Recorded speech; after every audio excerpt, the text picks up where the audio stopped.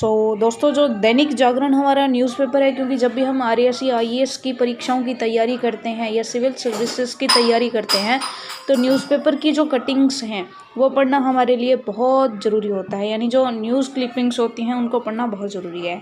तो आज का जो देखिए 31 तारीख है आज, ठीक है, 31 मार्च है। तो दैनिक जागरण में डॉक्टर रितु सारस्वत जी का, जो लेखिका हैं, समाज शास्त्र के प्रोफेसर हैं, उन्होंने समलैंगिक विवाह को वैध बनाने के खतरों के बारे में बताया है। यानी नेगेटिव पॉइंट्स बताए हैं कि समलैंगिक विवाह जो है उसको नेगेटिव बोला है इन्होंने, ठीक है। चलो, तो इस तरह के क्वेश्चंस हमारे एग्ज़ाम में भी आते हैं और मतलब आने की संभावना रहती है कि आप समलैंगिक विवाह की समालोचना कीजिए। तो यहाँ पर दो चीज़ें होती हैं कि एक तो आप उसके पक्ष में विचार रखिए, एक उससे क्या खतरे हो सकते हैं उनके बारे में बताइए। तो एक पक्ष को आज हम समझ रहे हैं, यानी जो उसका विरोध करता है उस पक्ष को आज हम समझ रहे हैं। देखिए, समलैंगिक विवाह को कानूनी मान्यता देने की मांग कर रही याचिकाओं का केंद्र सरकार ने सुप्रीम कोर्ट में विरोध किया है। यानी केंद्र सरकार ने इनका विरोध किया है। कहा है कि इनकी मान्यता से स्वीकार्य सामाजिक मूल्यों में संतुलन प्रभावित होगा, कि जो संतुलन बैठा हुआ है वो कहीं ना कहीं प्रभावित होगा। यकीनन मूल्यों और परंपराओं को दकियानुसी कहने वाला सोच इसे भारत का पिछड़ापन कहेगा। यानी जो ऐसे सोचता है कि जो परंपराएं हैं वो एक दकियानुसी सोच के गुलाम है, ऐसे लोग तो यही कहेंगे कि समलैंगिक विवाह को न अपना पाना ये भारत का पिछड़ापन है। परंतु समलैंगिक विवाह को मान्यता देने पर, लेकिन यहाँ पर हमें जो नुकसान है उसकी तरफ ध्यान देना है कि परंतु समलैंगिक विवाह को मान्यता देने पर भविष्य में इसके क्या परिणाम होंगे, ये विचारणीय बिंदु है। क्योंकि हम आज किसी चीज़ को लागू कर रहे हैं तो उसको फ्यूचर में देख करके करना है। परंपरागत रूप से विवाह और स्थानापत्ति एक दूसरे से जुड़े हुए हैं, परंतु एक वर्ग विवाह के प्रजनन अर्थ को खारिज करता है। एक वर्ग जो है वो विवाह के प्रजनन अर्थ को खारिज कर रहा है। ये कोई संयोग नहीं है कि जिन देशों में समलैंगिक विवाह को कानूनी मान्यता दी है, वहाँ मतलब जहाँ पर कानूनी मान्यता दे दी गई कि आप समलैंगिक विवाह कर सकते हैं, वहाँ सबसे कम प्रजनन दर है, मतलब वहाँ पर कम बच्चे पैदा किए जाते हैं। नीदरलैंड, स्वीडन, कनाडा में समलैंगिक विवाह को कानूनी मान्यता है और वहाँ की जन्म दर प्रति महिला लगभग 1.6 बच्चे हैं, जो 2.1 की प्रतिस्थापन प्रजनन दर से बहुत नीचे है। ठीक है जी, समझ में आती है ये बात। यानी कि कुछ आंकड़े भी हम यहाँ से अब जुटा सकते हैं। जनसंख्या संबंधी अंतर्राष्ट्रीय आंकड़े भी बता रहे हैं कि जिन 10 देशों में अध्ययन के समय समलैंगिक विवाह को अनुमति थी, उनकी प्रजनन दर दुनिया में 193 देशों से कम थी, ठीक है, यानी 193 देशों से कम थी। यहाँ संभवतः यह तर्क देने का प्रयास किया जाएगा कि कम जन्म दर का कारण विषम लैंगिक युगलों द्वारा प्रजनन के प्रति घटती रुचि है। परंतु विभिन्न शोध इस तथ्य को इंगित करते हैं कि समलैंगिक विवाह एक जन्म विरोधी मानसिकता को बढ़ावा देता है। हम जानते हैं कि जनसंख्या में गिरावट समाज पर जबरदस्त सामाजिक और राजनीतिक आर्थिक तनाव डालती है। मतलब अगर जनसंख्या में गिरावट भी होती है तो जबरदस्त सामाजिक, राजनीतिक और आर्थिक तनाव उत्पन्न होता है। जनसंख्या बढ़ना एक तनाव है। तो अब देखो यहाँ पर एक नया पॉइंट उभर कर आया है कि जनसंख्या में गिरावट से भी समाज पर एक प्रभाव पड़ेगा, सामाजिक प्रभाव भी पड़ेगा, राजनीतिक भी पड़ेगा, आर्थिक भी पड़ेगा। आर्थिक इस तरह से कि हमारी युवा शक्ति कम हो जाएगी। चलिए आगे देखते हैं। समलैंगिक विवाह की पैरवी करने वाले ये तर्क देते हैं कि यद्यपि वे सामान्य रूप से बच्चों को जन्म नहीं दे सकते, परंतु बच्चों को गोद लेकर या शुक्राणु दान से वे अभिभावक बन सकते हैं और बच्चों की बेहतर परवरिश कर सकते हैं। No basis what the study don't tell us about sampling parenting नामक शोध उन सभी शोधों पर प्रश्न उठाता है जो निरंतर ये तथ्य स्थापित करने का प्रयास कर रहे हैं कि समलैंगिक के बच्चे विषम लैंगिक अभिभावकों के बच्चों से बिल्कुल भिन्न नहीं हैं।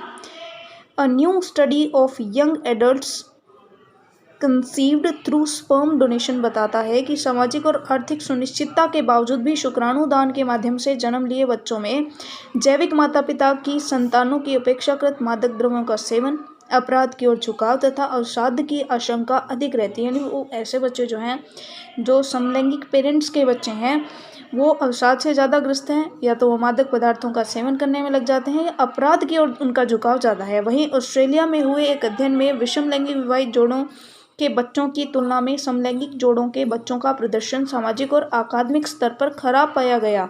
समलैंगिक विवाह के वैधीकरण से उत्पन्न सबसे बड़ी त्रासदी वयस्कों पर नहीं बल्कि बच्चों से जुड़ी है।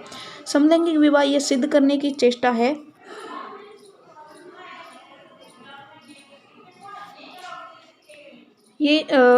कहता है कि भाई समलैंगिक विवाह ये सिद्ध करने की चेष्टा है कि मातृहीन अथवा पितृहीन बच्चे समाज की वास्तविकता हैं। दुर्भाग्यपूर्ण यह है कि समाज स्वयं जानबूझकर बच्चों के लिए स्थायी रूप से मातृ या पितृहीन परिवारों का विकल्प उपलब्ध करवाकर अपने भविष्य को अंधकार में धकेलने को तत्पर दिखाई दे रहा है।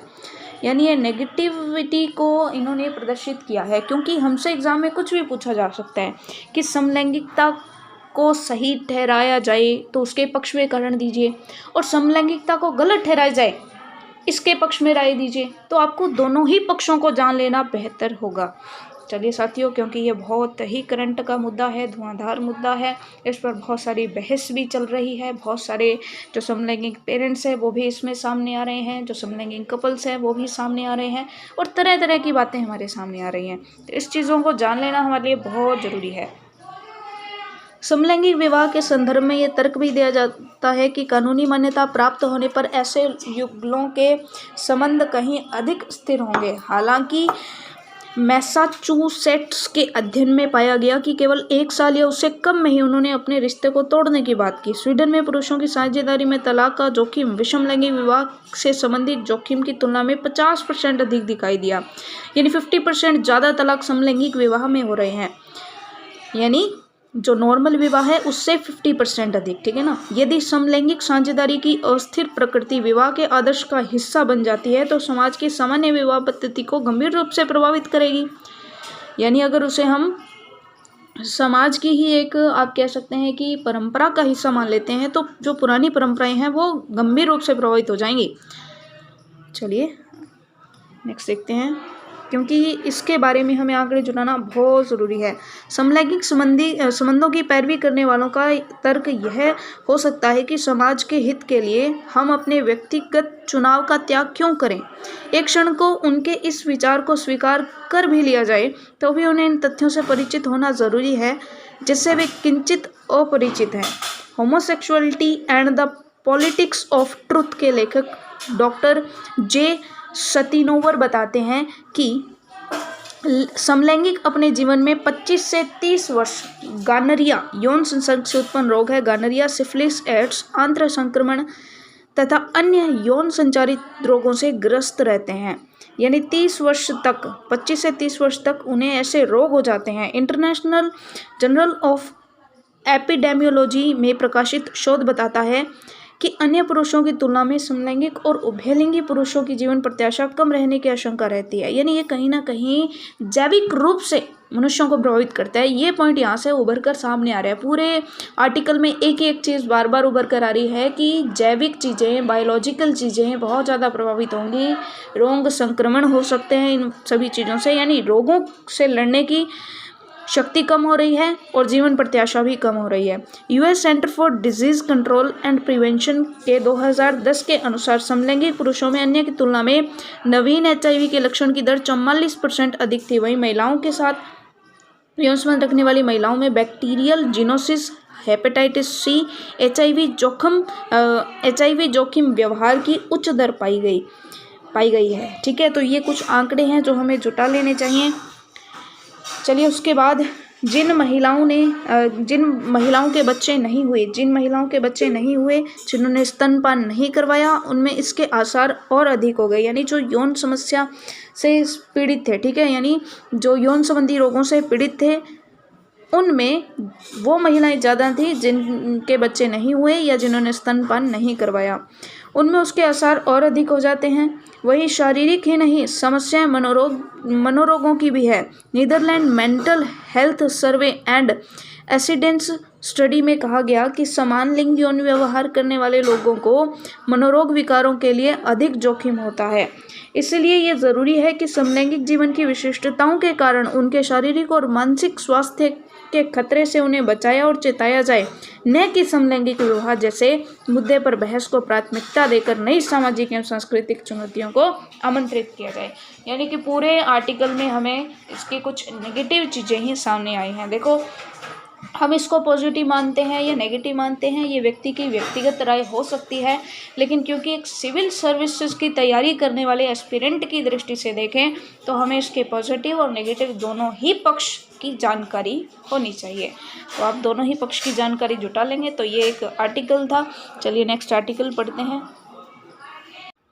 तो चलिए इसके बाद अपने पढ़ते हैं बिजनेस स्टैंडर्ड के अंदर जो छपा है आज का, हरियाली की दीवार। ठीक है, और संपादकीय पृष्ठ के अंदर ये छपा है, हरियाली की दीवार। ठीक है, चलो इसको पढ़ते हैं। हालांकि राइटर यहाँ पर नहीं दिया गया, चलो पढ़ ही लेते हैं। खैर, कई वर्षों तक चली चर्चाओं के पश्चात आखिरकार सरकार ने गुजरात, राजस्थान, हरियाणा और दिल्ली तक विस्तारित अरावली पर्वत श्रृंखलाओं में 5 किलोमीटर चौड़ी हरियाली की पट्टी बनाने की भव्य परियोजना शुरू कर दी है। ऐसा भूमि के मरुस्थलीकरण और अपघटन से निपटने के लिए किया जा रहा है। आपको पता ही है कि भाई हम हरियाली की पट्टी अगर बनाएंगे तो जो मरुस्थल से मिट्टी उड़ कर हमारी भूमि को बंजर कर रही है, ठीक है, वो रुक जाएगी। अरावली को दुनिया की सबसे पुरानी पर्वत श्रृंखलाओं में गिना जाता है। उसे कई मायनों में राष्ट्रीय राजधानी क्षेत्र यानी एनसीआर की जीवन रेखा व थार मरुस्थल एवं पश्चिमोत्तर के उर्वर मैदानों के बीच का प्राकृतिक बफर क्षेत्र माना जाता है। चलो जी, ठीक है, यहाँ तक कोई दिक्कत नहीं। इसे उचित ही अरावली ग्रीन वॉल का नाम दिया गया है। यानी ये जो हरियाली की दीवार खड़ी की जाएगी उसे अरावली ग्रीन वॉल का नाम दिया गया है। यह वनाच्छादित क्षेत्र न केवल भूमि अपघटन की समस्या से निपटने, जैव विविधता का संरक्षण करने तथा जलवायु परिवर्तन को कम करने संबंधी देश के कई अंतर्राष्ट्रीय प्रतिबद्धताओं से निपटने के काम आएगा, बल्कि इसके पारिस्थितिकी से जुड़े कई लाभ भी होंगे। बहरहाल इस परियोजना से वांछित लाभ प्राप्त होने की संभावना काफ़ी हद तक इस बात पर निर्भर करती है कि सरकार अवैध खनन, अचल संपत्ति माफिया के अतिक्रमण तथा पहाड़ी इलाकों में होने वाले अवैध खनन को कितने प्रभावी ढंग से रोक पाती है। देखिए, लैंग्वेज काफ़ी अच्छी लिखी गई है इसके अंदर। दिलचस्प बात यह है कि इस परियोजना की शुरुआत किसने की है। देखो, ये अच्छा क्वेश्चन बन सकता है। राजस्थान के जो एग्जाम्स हैं उनके लिए अच्छा क्वेश्चन बनता है कि इस परियोजना की शुरुआत वन एवं पर्यावरण मंत्री भूपेंद्र यादव ने गुरुग्राम के निकट टिकली गांव में एक पौधा लगाकर की। ठीक है, कौन से गांव में? गुरुग्राम के निकट टिकली गांव में, टिकली नामक गांव में एक पौधा लगाकर की। यह हरियाणा का वह इलाका है जो भू कानूनों के उल्लंघन के लिए जाना जाता है। मतलब यहाँ पर भू कानूनों के उल्लंघन बहुत ज़्यादा होते हैं। ठीक है, तो यहाँ से शुरुआत की गई है, इसका मतलब अब पूरी तरह से कंट्रोल में लिया जाएगा। ठीक है, चलो, अरावली ग्रीन बेल्ट बनाने का विचार संभवतः अफ्रीका की ग्रेट ग्रीन वॉल से आया। तो ये किससे इंस्पायर्ड है? अफ्रीका की ग्रेट ग्रीन वॉल से आया है, जिसे अफ्रीका के 11 देश मिलकर तैयार कर रहे हैं ताकि सहेल इलाके का मरुस्थलीकरण कम किया जा सके। देखो, ये तो हम जानते हैं कि मरुस्थल के आसपास अगर पेड़ों की लंबी लंबी कतारें लगा दी जाएंगी तो जो हवा के साथ आंधियाँ चलती हैं उसके साथ जो बंजर भूमि से रेत उड़कर आती है और उपजाऊ भूमि पर मिट्टी की एक परत बन जाती है, यानी वो भूमि भी बंजर होने लग जाती है, तो उसको रोका जा सकता है। इसके अलावा देखो, और सहारा रेगिस्तान का विस्तार रोका जा सके। इसके अलावा उसका लक्ष्य जल संरक्षण को बढ़ावा देने और समूचे उत्तरी अफ्रीका में जमीन के उपयोग में सुधार करने का भी है। इसी प्रकार अरावली परियोजना भी वर्षा जल संरक्षण और भूजल स्तर में सुधार करने के लिए काम आएगी। खासतौर पर एनसीआर में ऐसा किया जाएगा जहां जल स्तर अत्यधिक नीचे जा चुका है। इसकी वजह से कुछ इलाकों में जमीन खसकने की घटनाएं भी घट रही हैं। इसके अलावा यह इलाका थार मरुस्थल से धूल उठने की घटनाओं पर भी लगाम लगाएगा, जिसके चलते दिल्ली में वायु प्रदूषण फैलता है। तो दिल्ली में वायु प्रदूषण थार मरुस्थल की वजह से भी फैलता है, क्योंकि वहाँ से आंधियाँ उठकर सीधी कहाँ चली जाती है? दिल्ली के अंदर चली जाती है। ठीक है भाई, चलो जी, इसके आगे पढ़ते हैं। इसके अलावा यह इलाका थार मरुस्थल, अच्छा ये तो हो गया, जिसके चलते दिल्ली में वायु प्रदूषण फैलता है। यह हरित पट्टी शायद पूरी तरह निरंतरता में न बने, लेकिन यह कुछ ऐसे इलाकों में शामिल करेगी, ऐसे इलाकों को शामिल करेगी जहां हरियाली की बहुत अधिक आवश्यकता है तथा जिन्हें खनन आदि से बचाने की भी आवश्यकता है। गुजरात, राजस्थान और दिल्ली में इस परियोजना के दायरे में आने वाली 63 लाख हेक्टेयर जमीन में से, देखो 63 लाख हेक्टेयर जमीन में से 23 लाख हेक्टेयर जमीन अभी खराब जमीन की श्रेणी में आती है। गुजरात, राजस्थान और दिल्ली में इस परियोजना में टोटल कितनी ज़मीन आ रही है? 63 लाख हेक्टेयर ज़मीन, जिसमें से 23 लाख हेक्टेयर ज़मीन तो खराब ज़मीन की श्रेणी में आती है। भारतीय अंतरिक्ष अनुसंधान संगठन ने सैटेलाइट के जरिए मरुस्थलीकरण और जमीन के खराब स्तर को लेकर जो मानचित्र तैयार किया है, उसके मुताबिक इन राज्यों का 50% से अधिक हिस्सा अलग अलग स्तरों पर जमीन की गुणवत्ता में गिरावट का शिकार है। इन इलाकों में हरियाली बढ़ाने से 2.5 अरब टन का अतिरिक्त कार्बन सिंक तैयार करने को मदद मिलेगा। यानी हरियाली अगर बढ़ जाएगी तो इतना कार्बन हम और ज़्यादा प्रोड्यूस कर पाएंगे, क्योंकि उस कार्बन को कौन मतलब यूज़ कर लेंगे? पौधे यूज़ कर लेंगे, तो कार्बन सिंक तैयार करने में मदद मिलेगी। साथ ही 2023 तक 2.6 करोड़ हेक्टेयर इलाके का वनीकरण करने और ज़मीन की गुणवत्ता सुधारने में भी मदद मिलेगी। तो देखो कितना अच्छा आंकड़ा हमें मिला है कि इसका टारगेट 2030 तक है और 2.6 करोड़ हेक्टेयर इलाके का वनीकरण करने और ज़मीन की गुणवत्ता में सुधार करने में भी मदद मिलने वाली है। तो आज के करंट अफेयर्स काफ़ी अच्छे हैं, हमें काफ़ी सारी योजनाएं, क्योंकि राजस्थान से जुड़ी हुई ये योजना है तो बहुत इंपॉर्टेंट बनती है हमारे लिए। महत्वपूर्ण बात यह है कि अरावली ग्रीन वॉल योजना के कृषि, वानिकी और चारागाह विकास जैसे भाग में स्थानीय वृक्ष, झाड़ियाँ और घास लगाने की बात शामिल है, ताकि वे बचे रह सकें और स्थानीय समुदायों को आजीविका में बेहतर सहारा मिल सके। परियोजना में सतह पर मौजूद जल संरचनाओं और नदियों के जल भराव क्षेत्र को नए सिरे से बेहतर बनाने की बात शामिल है। इन नदियों में कौन कौन सी नदियाँ आएंगी? देखो इन नदियों में बनास, साहिबी, लूनी शामिल है, जो अरावली के पहाड़ों से निकलती है और कच्छ के रण के पारिस्थितिकी और सामरिक दृष्टि से अहम इलाकों में बहती है। देखो बनास, साहिबी और लूनी नदी अरावली से निकलती है और कच्छ के अंदर जाती है, तो आपको पता चल गया। तो अहम भूमिका निभाती है, जो पाकिस्तान की सीमा से लगा हुआ है। बहरहाल सरकार को राज्य सरकारों, शोध संस्थाओं, सामाजिक नागरिक संस्थाओं का सहयोग और सक्रियता प्राप्त करने के लिए विशेष प्रयास करने होंगे, क्योंकि राजस्थान में इस चीज़ को लेकर के बहुत ज़्यादा प्रयास करने की ज़रूरत है, क्योंकि ज़मीन काफ़ी बंजर है। सबसे अहम बात यह है कि उससे स्थानीय समुदायों की मदद लेनी होगी, ताकि पौधारोपण की देखभाल की जा सके और इस महत्वाकांक्षी परियोजना से सतत लाभ हासिल हो सके। तो बहुत ही अच्छा आर्टिकल है, इसमें काफ़ी सारे इंपॉर्टेंट पॉइंट्स हैं, तो इन इंपॉर्टेंट पॉइंट्स को आप नोट कर लीजिए। चलो नेक्स्ट देखते हैं। खतरनाक घालमेल राष्ट्रीय सहारा के अंदर छपा है, ये संपादकीय पृष्ठ है। सुप्रीम कोर्ट का यह कहना सबकी आंखें खोल देने वाला है। देखो जी क्या है, धर्म पर कुछ है, तो चलो पढ़ते हैं। सुप्रीम कोर्ट का ये कहना है, क्या कहना है? सुप्रीम कोर्ट का यह कहना सबकी आंखें खोल देने वाला है कि जब राजनीति और धर्म अलग हो जाएंगे और नेता धर्म के जरिए राजनीति में ऊंचे मुकाम हासिल करने का ख्वाब छोड़ देंगे, तभी हेट स्पीच को ख़त्म किया जा सकेगा। हेट स्पीच क्या होती है पता ही आपको? हेट स्पीच का मतलब होता है कि हम किसी धर्म के बारे में गलत सलत बोलते हैं। हेट स्पीच को दुष्चक्र बताते हुए कोर्ट ने कहा कि इससे फ़ायदा उठाने के प्रयास में छोटी मानसिकता के लोग ऐसे ऐसे भाषण देते हैं जिनसे हालात में तनाव के सिवा कुछ हासिल नहीं होता। कोर्ट की टिप्पणियां नफरती भाषण हो गया, सिंपल सी बात। हेट स्पीच का मतलब देने वालों के खिलाफ नफरती भाषण देने, कोर्ट की टिप्पणियां नफरती भाषण देने वालों के खिलाफ प्राथमिकी दर्ज करने में विफल रहने को लेकर राज्यों के खिलाफ अवमानना याचिका पर सुनवाई के दौरान सामने आई। कोर्ट ने कहा लोगों को खुद को संयमित रखना चाहिए, लोगों को अपने आप को संयमित रखना चाहिए। वे दूसरे समुदायों को अपमानित न करने का संकल्प क्यों नहीं ले सकते? एक याचिकाकर्ता के वकील ने जस्टिस के.एम. जोसेफ की अध्यक्षता वाली बेंच के सामने महाराष्ट्र में कई रैलियों में दिए गए नफरती भाषणों के संबंध में एक समाचार रिपोर्ट का हवाला दिया था। इस पर सॉलिसिटर जनरल तुषार मेहता ने समाचार रिपोर्टों के आधार पर याचिका दायर करने पर आपत्ति की। इस पर बेंच ने कहा कि हम समझते हैं कि क्या हो रहा है। सब सॉलिसिटर जनरल ने कहा कि याचिकाकर्ता को सभी धर्मों में नफरत फैलाने वाले भाषणों को इकट्ठा करने और समान कार्रवाई के लिए अदालत के समक्ष रखने का निर्देश दिया जाए। अब देखो उसके बाद नेक्स्ट क्या है भाई, एक छोटा सा आर्टिकल है लेकिन काफ़ी इंपॉर्टेंट है, काफ़ी अच्छा कंटेंट हमें इसमें से मिल रहा है।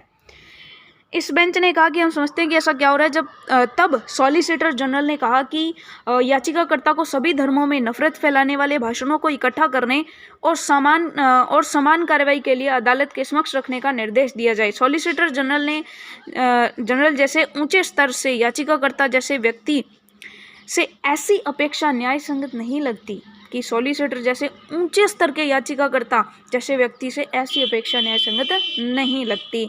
यह काम तो पूरी तरह सरकारों का है कि ऐसी घटनाओं पर नजर रखे।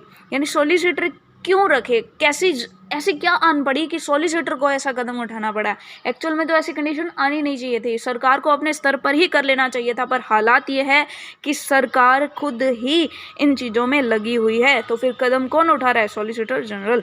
ठीक है, चलो जी, यह काम तो पूरी तरह सरकारों का, ऐसी घटनाओं पर नजर रखे और आवश्यक कार्रवाई करें। इसी कर्तव्य का निर्वहन करते हुए बेंच ने पूछा कि प्राथमिकी दर्ज करने के बाद क्या कार्रवाई की गई।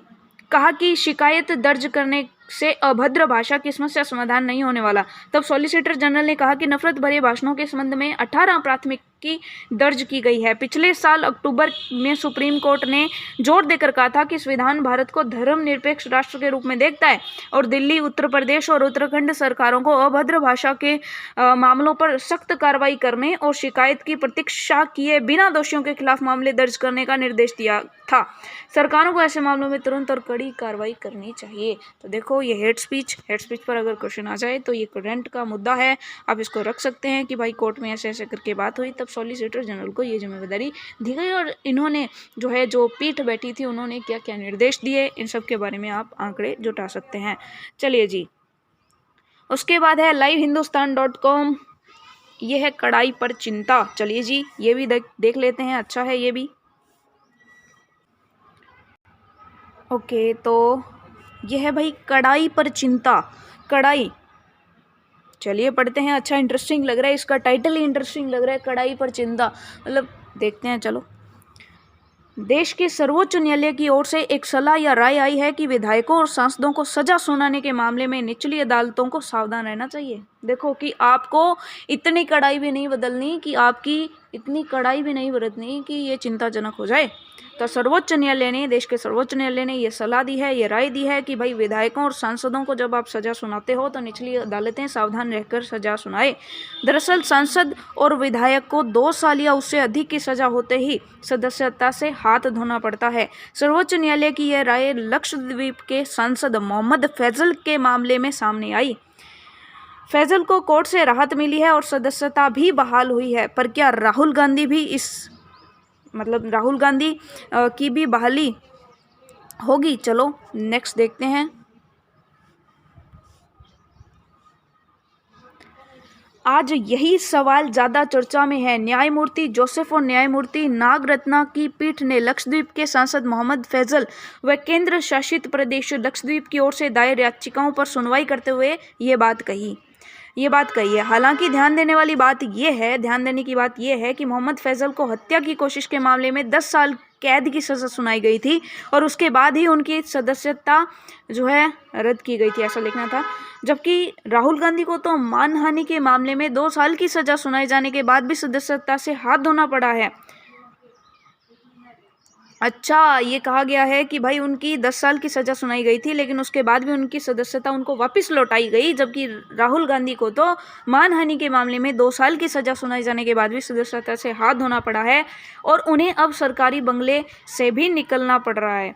ध्यान रहे, अतिरिक्त सॉलिसिटर जनरल KM नटराज ने अदालत को बताया कि जनप्रतिनिधि कानून की धारा 8(3), ये भी काफ़ी इंपॉर्टेंट है, बहुत इंपॉर्टेंट है, नोट कर लीजिए इस बात को। जनप्रतिनिधि कानून की धारा 8 सब क्लोज 3 के मुताबिक यदि किसी सांसद अथवा विधायक को 2 या उससे ज़्यादा साल की सज़ा होती है तो उसकी सदस्यता स्वतः तत्काल चली जाती है। इसमें कोई शक नहीं है कि फैजल अहमद या राहुल गांधी के साथ जो हुआ वह कानून के तहत हुआ, मतलब ये कानून के अकॉर्डिंग तो हुआ है, कोई ज्यादती नहीं हुई है। यह भी ध्यान देने की बात है, मतलब अगर ये अपराध होता है तो वो कानून के अकॉर्डिंग सजा यही होती है। ठीक है, कहने का मामला यही है। चलो उसके बाद नेक्स्ट देखते हैं, आगे देखते हैं। ये भी ध्यान देने की बात है कि पहले जब आपराधिक किस्म के सांसदों पर कार्रवाई नहीं होती थी तब अदालत की नाराजगी सामने आती थी। पर अब अदालत की कृपा से जब कड़ा कानून और उसे लागू किया जा रहा है तब नरमी की ज़रूरत बताई जा रही है। तो ये बिल्कुल कंट्रास्ट वाली बात हो गई। ये एक तरह से विडंबना है। कड़े कानून होने के फ़ायदे भी हैं और नुकसान भी है। ये भी सही है कि अगर कड़े कानून न हो तो अपराधियों में भय नहीं होगा और किसी भी रसूखदार को सज़ा देने में परेशानी आएगी।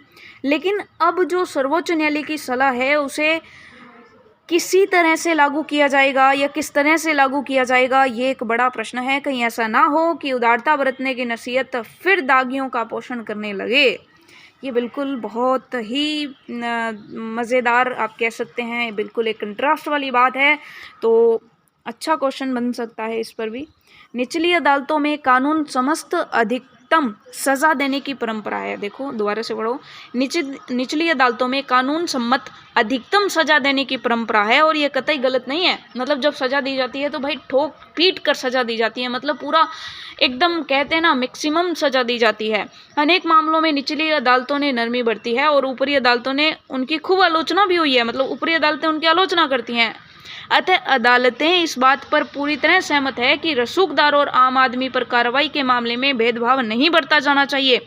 न्याय किसी गरीब या शोषित के लिए उदार हो सकता है, लेकिन किसी रसूखदार या अपराधी के लिए कतई उदार नहीं होना चाहिए। कहीं ना कहीं हमारा कानून उदार है, तभी तो दागी पृष्ठभूमि के सैकड़ों नेता विधानसभाओं में संसद में बैठे हैं। दागियों की संख्या किसी को भी विचलित कर देती है। अपराधियों के साथ सही ढंग से न्याय हो और उनमें से कोई भी चुनाव लड़ने तक की योग्यता नहीं जुटा सकेगा। वस्तुतः एक न्यायाधीश की सलाह को उनकी निजी सलाह के रूप में ही लेना ज़्यादा बेहतर है, क्योंकि अभी इस मामले में सुनवाई जारी है। क्या अंतिम फैसले में भी सांसदों और विधायकों को सज़ा देते हुए सावधानी बरतने की बात होगी, इसका इंतज़ार करना चाहिए। मतलब अभी तो इसको एक निजी राय ही मानी जाए कि भाई एक सामान्य सलाह मानी जाए, बाकी जो भी बेंच डिसाइड करेगा उसे आगे देखेंगे। तो ये आज के कुछ आर्टिकल्स थे, करंट अफेयर्स आज के हमने अच्छे से पढ़ ली हैं, न्यूज़ क्लिपिंग्स पढ़ ली हैं। चलो आज के लिए इतना काफ़ी है। अब नेक्स्ट डे कल के लिए इंतज़ार करते हैं, कल के न्यूज़पेपर्स का। Thank you so much, keep supporting.